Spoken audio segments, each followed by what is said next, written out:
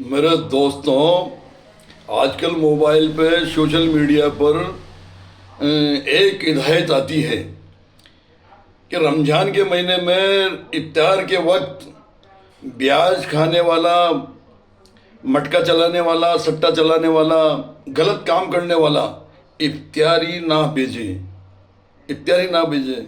तो मैं भी आपका समर्थन करता हूँ कि हाँ, नहीं भेजे, नहीं भेजना चाहिए। मगर इससे काम नहीं चलेगा मेरे दोस्तों। अगर तुम कौम के बंदे हो और कौम के नौजवानों को सही राह दिखाना चाहते हो तो मेरे दोस्तों उठ खड़े हो जाओ। गुजरे हुए वक्त में इन 10-11 साल के अंदर आपने हालात नहीं देखे। अभी कोरोना वायरस में हमारा जो मेहनत कश मजदूर भाई अगर कोई सामान बेचने जाता था तो क्या सुलूक किया उसके साथ, कान पकड़ाना, उठक बैठक लगाना, मुर्गा बना देना, पीछे से सड़ा के लगा देना, कितना भेदभाव किया। आज भी भेदभाव हो रहा है। तो मेरे दोस्तों उठ खड़े हो जाओ और एक्शन लो।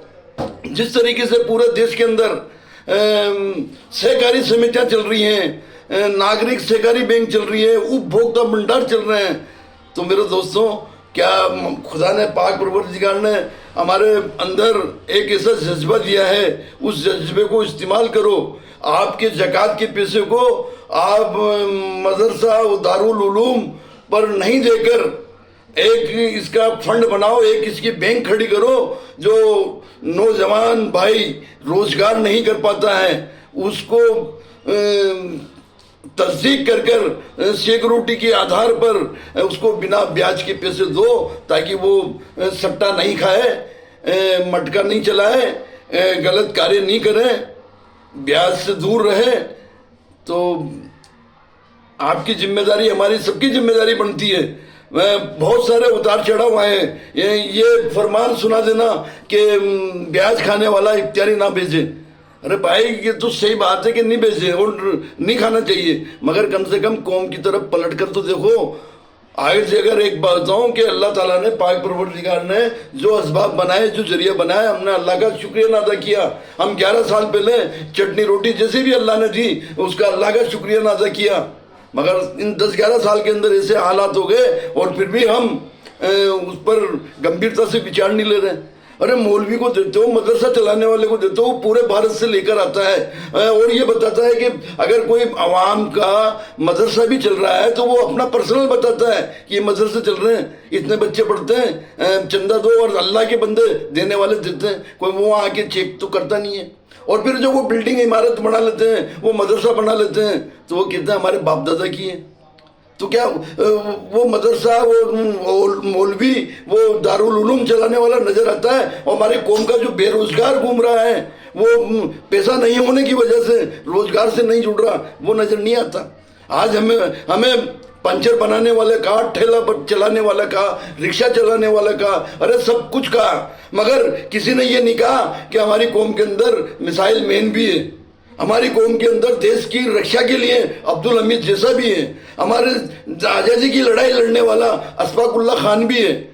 मगर रिक्शा वाला का, ठेला चलाने वाला का, पंचर बनाने वाला का, फिर भी कौम गंभीरता से पलटकर विचार नहीं कर रही। अरे मेरे दोस्तों, ऐसी जगह जकात मत दो, इस जकात को रोको और इस जकात को एक जगह अलग अलग जिले में अलग अलग सहकारी बैंक बनाओ, कौम के नौजवानों की मदद करने वाली बैंक बनाओ, ऐसा फंड तैयार करो। किसी ने हमारे कौम के नौजवान को किसी के पास जाने की जरूरत नहीं पड़े। वरना आज मैं 20-25 साल से देख रहा हूँ, मेरे साथ भी खूब उतार चढ़ा हुआ है, मैंने बहुत सारे हालात का सामना किया है। तो हमारे किसी नौजवान को आने वाले वक्त में ऐसी मुसीबत का सामना नहीं करना पड़े, ऐसा फंड बनाओ और अलग अलग जिले में बनाओ और उसकी तस्दीक कर कर वो जकात का पैसा रोजगार करने के लिए लगाओ। और मैं कहता हूँ कि इंशाल्लाह अगर आपने ईमानदारी से ये फंड 5 साल भी चला लिया ना, तो ये हर बंदा, हर नौजवान जकात देने वाला बन जाएगा और आपके पास लाखों करोड़ों तक हो जाएगा। तो आप अपना खुद का प्रोडक्ट भी तैयार करने के लिए फैक्ट्री खड़ी कर दोगे। आप इस पर गंभीरता से विचार तो करो, खड़े तो हो मेरे दोस्तों। और मैं कोटा रहता हूँ, कोटा शहर में, राजस्थान कोटा। यहाँ बहुत सारे ऐसे लोग हैं जो बड़ी जिम्मेदारी के साथ इस काम को अंजाम दे सकते हैं। बहुत अच्छे पढ़े लिखे लोग हैं और जज्बाती हैं, ईमानदार हैं, सच्चे लोग हैं, कौम को साथ लेकर चलने वाले लोग हैं।